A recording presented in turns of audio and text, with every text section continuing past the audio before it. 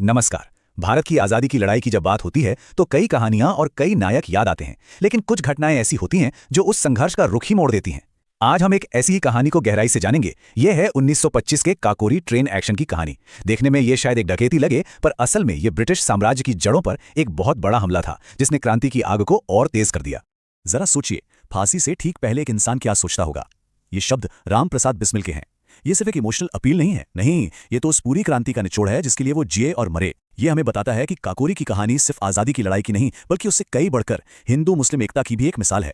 तो चलिए इस पूरी कहानी को परत दर परत समझते हैं। सबसे पहले हम जानेंगे कि वो कौन सी चिंगारी थी जिसने इस क्रांति को हवा दी। फिर बात करेंगे उस दिलेर डकैती की। इसके बाद देखेंगे कि अंग्रेजी हुकूमत ने कैसे पलटवार किया, इस घटना ने क्रांतिकारियों की सोच को कैसे बदला, और आखिर में इसकी विरासत आज हमारे लिए क्या मायने रखती है। तो चलिए शुरू करते हैं पहले अध्याय से। बात है 1920 के दशक की। उस समय पूरे भारत के माहौल में एक अजीब सी बेचैनी थी। आजादी की लड़ाई एक बहुत ही नाजुक मोड़ पर खड़ी थी।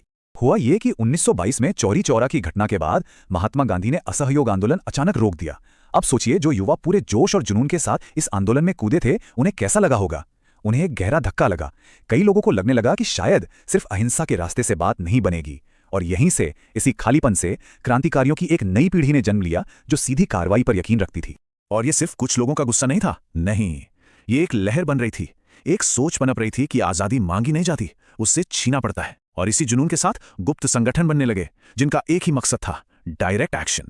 इन्हीं में से एक था HRA यानी हिंदुस्तान रिपब्लिकन एसोसिएशन, और इनका एजेंडा एकदम क्लियर था। इन्हें कोई छोटे मोटे सुधार नहीं चाहिए थे, इन्हें चाहिए थी पूरी आजादी, मतलब एक federal Republic of the United states of India. और इस लक्ष्य को पाने के लिए हथियारबंद लड़ाई को जरूरी समझा गया। अब जाहिर है, क्रांति के लिए हथियार चाहिए और हथियारों के लिए पैसा। तो पैसा कहां से आएगा?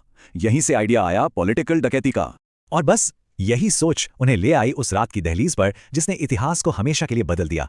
Kakori train action. ये सिर्फ पैसों के लिए नहीं था, ये तो सीधे सीधे अंग्रेजी हुकूमत की साख पर हमला था। तारीख थी 9 अगस्त 1925। जगह लखनऊ के पास काकोरी। 10 जांबाज क्रांतिकारियों की टीम, जिनमें रामप्रसाद बिस्मिल और अशफाकुल्ला खान जैसे बड़े नाम भी थे, उन्होंने अपने प्लान को अंजाम दिया। ट्रेन की चेन खींची, गार्ड को काबू में किया और सीधा धावा बोला उस बोगी पर जिसमें सरकारी खजाना था। मतलब हिम्मत देखिए, कितना सोचा समझा और सटीक प्लान था ये। तो लूटे कितने गए? करीब 4,600 से 8,000 रुपए। आप सुनने में ये रकम आज शायद ज्यादा न लगे, है ना, लेकिन उस जमाने में ये बहुत बड़ी रकम थी। इतनी कि इससे जर्मनी से लेटेस्ट माउजर पिस्तौलें खरीदी जा सकती थीं। ये पैसा असल में क्रांति की आग के लिए ईंधन का काम करने वाला था। लेकिन प्लान के हिसाब से सब कुछ नहीं हुआ। एक गड़बड़ हो गई। अफरा तफरी में गोली चली और वो गलती से एक यात्री को जा लगी। उसकी मौत हो गई। बस इसी एक मौत ने पूरे खेल को बदल दिया। अब यह सिर्फ एक डकैती नहीं थी, ये एक मर्डर केस बन गया था। और अंग्रेजी हुकूमत के लिए ये एक ऐसा मौका था जिसे वो छोड़ने वाले नहीं थे। तो अब अंग्रेजी हुकूमत की बारी थी और उन्होंने इसे अपनी नाक का सवाल बना लिया था। जवाब तो देना ही था, और वो भी पूरी ताकत से। तो फिर क्या था? पूरे देश में एक बहुत बड़ा तलाशी अभियान शुरू हुआ। एक एक करके महीने भर के अंदर ही HRA के करीब करीब 40 सदस्य पकड़ लिए गए। बस एक शख्स को वो कभी नहीं पकड़ पाए, चंद्रशेखर आजाद। और उनके बच निकलने की कहानी तो खुद एक मिसाल बन गई। फिर शुरू हुआ मशहूर काकोरी षड्यंत्र केस। करीब 18 महीने यानी 1.5 साल तक ये मुकदमा चला, और फैसला, जैसा कि उम्मीद थी, बहुत सख्त था। 4 क्रांतिकारियों को, रामप्रसाद बिस्मिल, अशफाकुल्ला खान, रोशन सिंह और राजेंद्र लाहिड़ी को सीधे फांसी की सजा, बाकियों को काला पानी और लंबी लंबी सजाएं। अंग्रेजों ने साफ मैसेज दे दिया था, बगावत करोगे तो कुचल दिए जाओगे। एक छोटा सा किस्सा है। जब बिस्मिल जी की मां उनसे आखिरी बार मिलने जेल गईं तो उनकी आंखों में आंसू थे। तब बिस्मिल ने उनसे ये शब्द कहे थे, सोचकर देखिए क्या जज्बा रहा होगा। ये लोग सिर्फ बागी नहीं थे, ये वो इंसान थे जिनका विश्वास चट्टान की तरह मजबूत था, और अपने उसूलों के लिए वो सबसे बड़ी कुर्बानी देने को तैयार थे। तो काकोरी के बाद ऐसा लगा कि HRA तो खत्म हो गया। ज्यादातर नेता या तो शहीद हो गए या जेल में थे। लेकिन कहते हैं ना, चिंगारी कभी मरती नहीं, और हुआ भी यही।